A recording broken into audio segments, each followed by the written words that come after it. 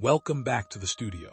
Today, we are going to transform simple natural materials into a dramatic piece of contemporary home decor, a mixed media stone and wood wall art sculpture. The beauty of this project comes from contrast, the warmth of natural wood against the cool, rugged character of stone, combined with layered texture, earthy colors, subtle metallic highlights, and expressive abstract marks. The finished piece is designed to feel like a small piece of nature, transformed into modern gallery art. Wood and stone combinations are especially effective because they bring together organic texture, warmth, and architectural contrast. Before we begin, imagine the finished artwork hanging above a console table, behind a sofa, in an entryway, beside a fireplace, or on an otherwise empty feature wall. The goal is not to create a perfectly symmetrical decoration. We want something more sophisticated, a composition that feels balanced but organic, structured but spontaneous, natural but contemporary. The irregularity of the stones becomes part of the beauty, while the wooden elements create lines and movement through the composition. For this project, prepare a sturdy wooden panel, several natural stones of different sizes and shapes, small pieces of natural or reclaimed wood, texture paste or modeling medium, acrylic paints in warm neutral shades, a darker charcoal or brown, a light cream or ivory, and optionally a small amount of bronze or antique gold paint. You will also need sandpaper, brushes, a palette knife, a clean cloth, a suitable adhesive for the materials, and an appropriate protective finish. If you use heavy stones, choose an adhesive and wall mounting system specifically suitable for the weight and surfaces involved. Our first step is preparing the wooden foundation. Sand the panel gently until the surface is clean and safe to handle. Do not erase every natural imperfection. Beautiful grain, small marks, and subtle irregularities can become part of the finished artwork. The objective is to remove loose splinters and create a surface that is clean enough for the following layers. Once the wood is prepared, wipe away every trace of sanding dust. A clean foundation gives you better control over paint, texture materials, and adhesive. If your wooden panel has particularly beautiful grain, decide now which areas you want to keep visible. Natural wood can provide an important visual rest inside a heavily textured composition. Now comes one of the most exciting parts: designing the composition before permanently attaching anything. Place your stones, wood pieces, and other elements loosely on the panel. Move them around. Turn the stones in different directions.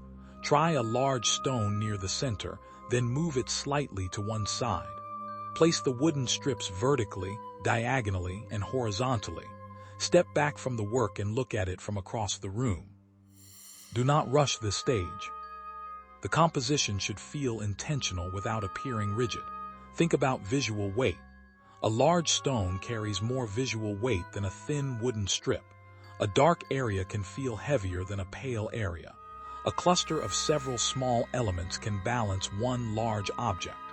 This means you do not need perfect symmetry to create balance.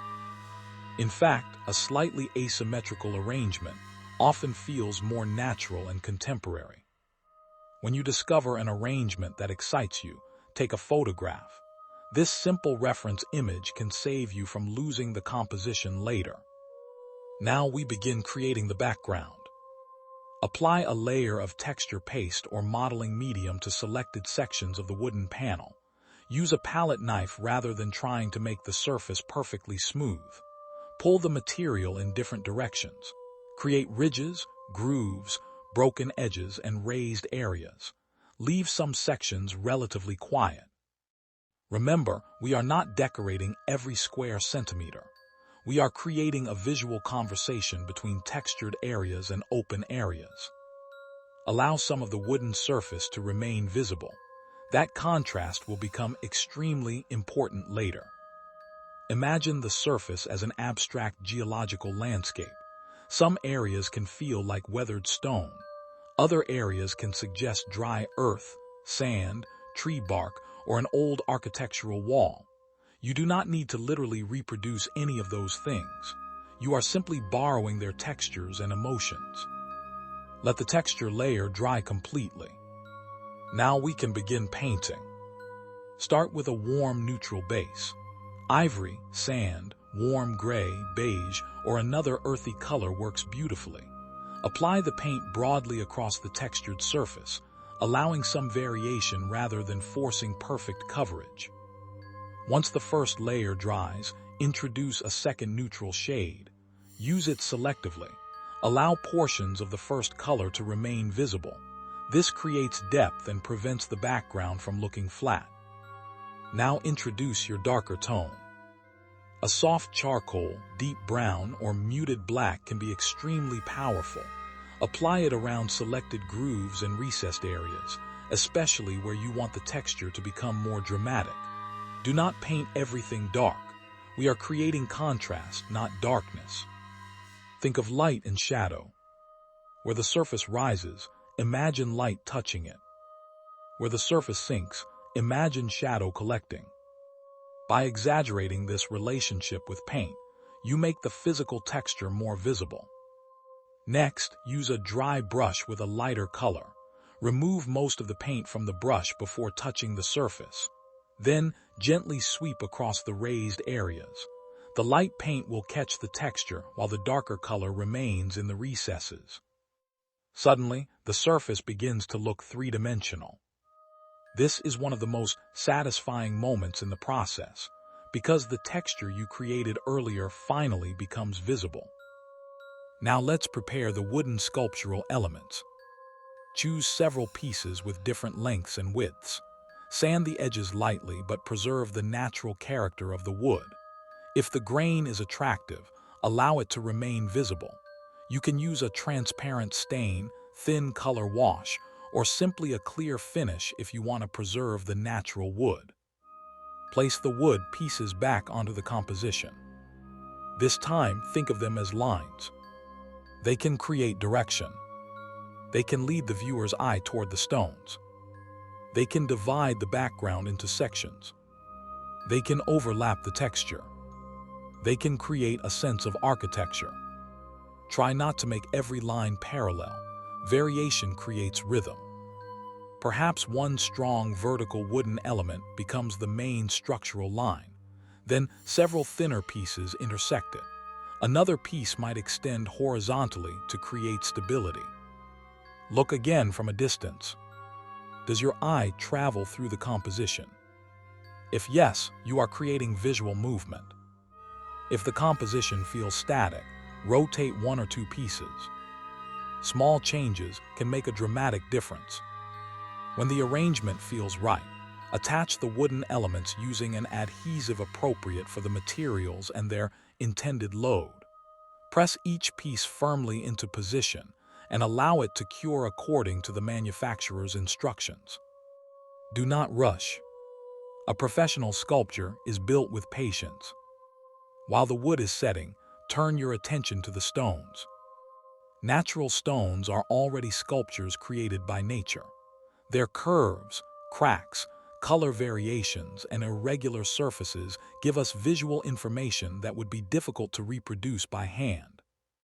Choose one stone to become the main focal point. It does not necessarily need to be the largest stone. It needs to be the stone that has the strongest character. Place it slightly away from the exact center. A centered object can sometimes feel static. Off-center placement can create more movement. Now add smaller stones around it. Think about hierarchy. One stone is the main character. 2 or 3 smaller stones support it. The remaining elements create rhythm. Avoid placing everything at equal distances. Natural compositions rarely work that way. Once you are satisfied with the arrangement, attach the stones using a suitable heavy-duty adhesive or secure mounting method. For substantial stones, do not rely on an unsuitable decorative glue. The final sculpture must be secure as well as beautiful. Allow everything to cure fully. Now comes the stage where the sculpture starts to feel like one unified artwork, rather than a collection of separate materials. We are going to integrate the wood, stone, paint, and texture. Use your existing neutral colors across more than one material.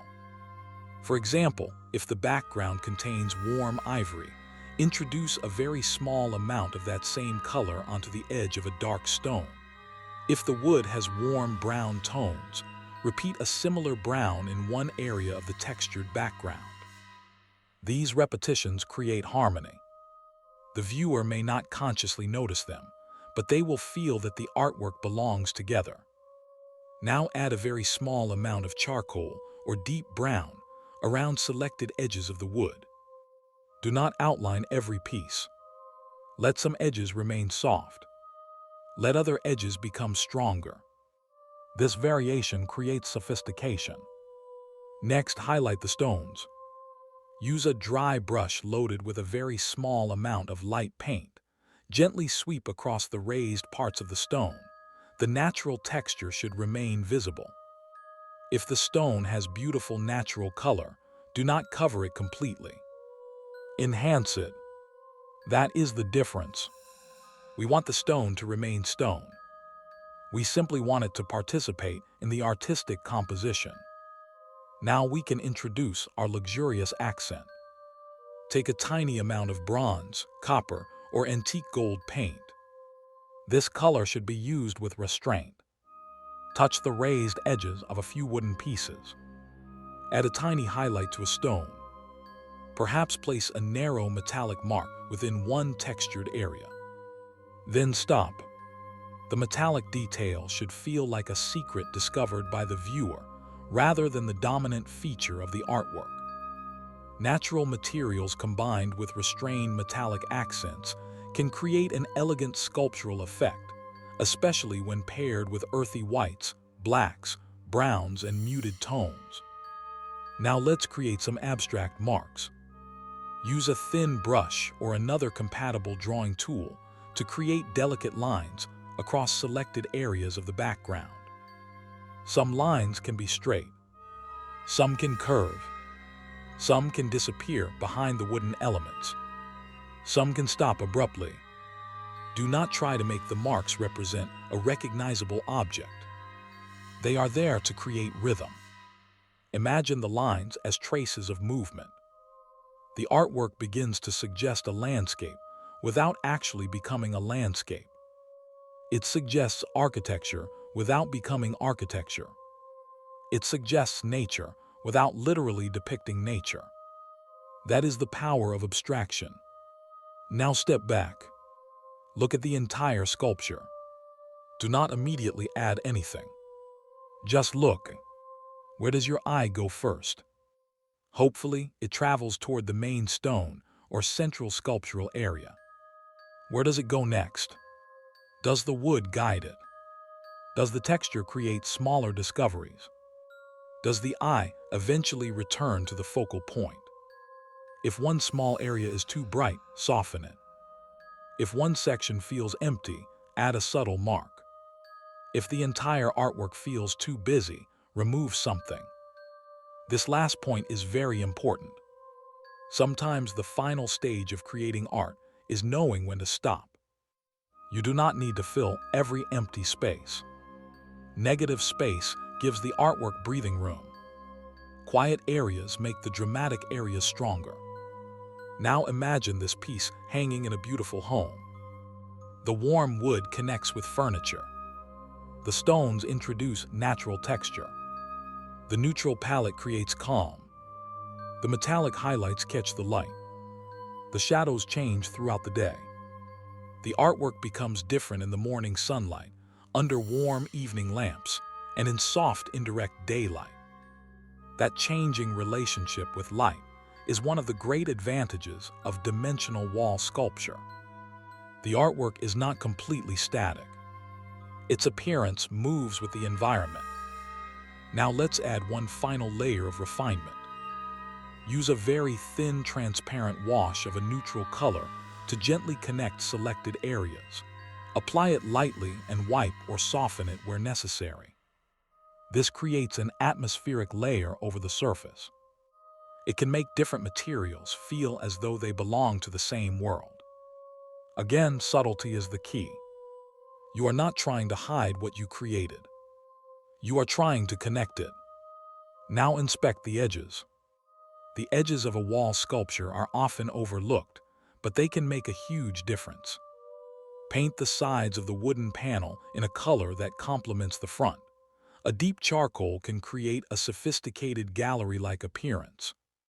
A natural wood finish can emphasize the organic character. A warm neutral can make the entire piece feel softer. Choose the treatment according to your interior style. For a modern luxury appearance, a darker edge can create a strong visual frame. For a natural, organic appearance, keep the wood visible.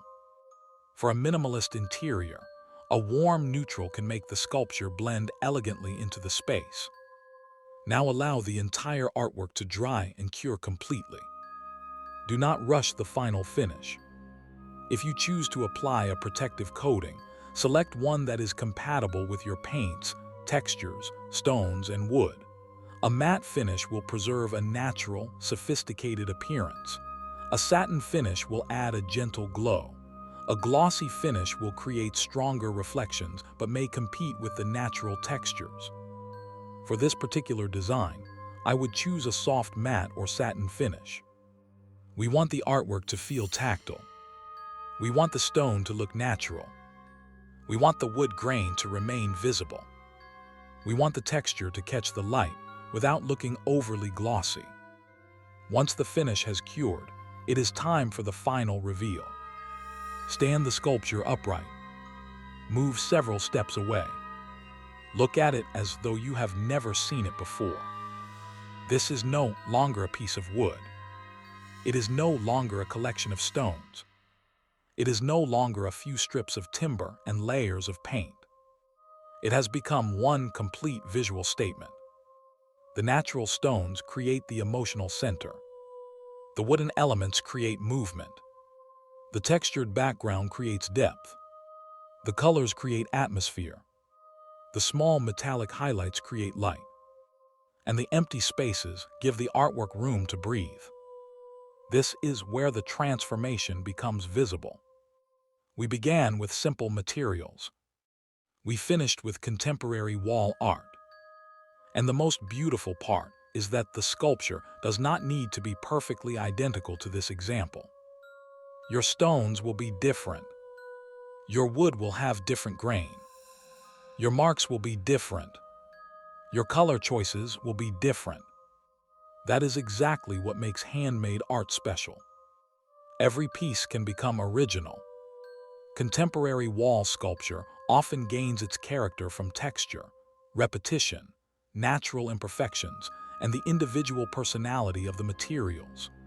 Reclaimed wood artists, for example, frequently use the natural grain and irregularity of wood as an essential part of the artistic language rather than treating imperfections as defects.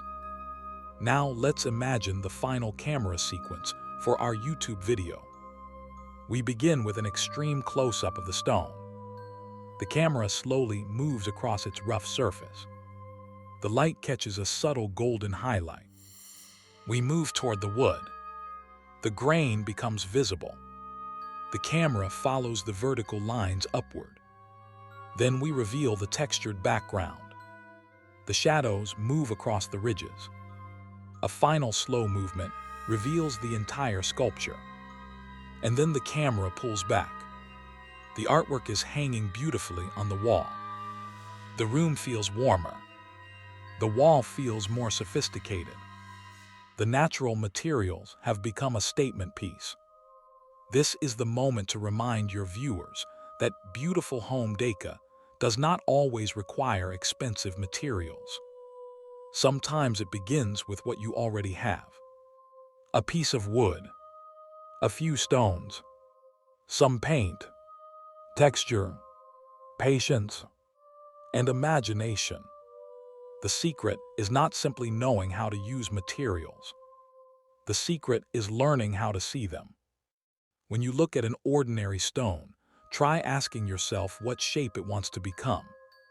When you look at a piece of wood, notice its grain. Notice its direction. Notice its imperfections. Notice how light moves across it. When you combine those observations with composition, texture, color, and contrast, you can create something that feels much more sophisticated than the individual materials suggest. That is the heart of mixed media art. It is transformation. It is experimentation. It is allowing different materials to speak to one another. And most importantly, it is giving yourself permission to create something unique. So if you are making this sculpture at home, do not be afraid to change the design. Perhaps you want a darker version with charcoal, black, and bronze. Perhaps you prefer a soft Scandinavian-inspired palette with pale wood, ivory, and light gray. Perhaps you want warm terracotta, sand, brown, and gold. Perhaps you want a dramatic black and white composition. The technique remains the same. Prepare the foundation. Plan the composition. Build texture. Layer color. Arrange the wood. Place the stones. Create contrast. Add details. Protect the surface. And finally, display your artwork proudly. The process is simple, but the artistic possibilities are enormous. And remember, the goal is not perfection. The goal is presence. A good wall sculpture should make you pause. It should give you something to discover. It should look interesting from across the room, and even more interesting when you move closer. You should be able to see the grain of the wood, the texture of the stone, the marks of the brush, the subtle transitions of color, and the tiny details that make the piece unmistakably handmade. That is what gives art its personality. So now, take one last look at our finished mixed media stone and wood wall sculpture. Natural stone, natural wood, earthy texture, soft neutrals, deep shadows, subtle metallic light, organic shapes, architectural lines, all brought together into one contemporary composition. From simple materials to sophisticated home decor. From an empty wooden panel to a sculptural statement. From an idea to something real. This is the beauty of creating art with your own hands. Thank you for creating with me today. If this project inspired you, stay with the channel for more abstract art, sculptural home decor, textured wall art, and creative projects made from simple materials. Subscribe, share this video with someone who loves handmade decor, and tell us in the comments what natural materials you would use to create your own sculpture. Until the next project, keep experimenting, keep creating, and keep looking at ordinary materials with an artist's eye. Because sometimes the most beautiful artwork is already hidden inside something simple. You just have to see it.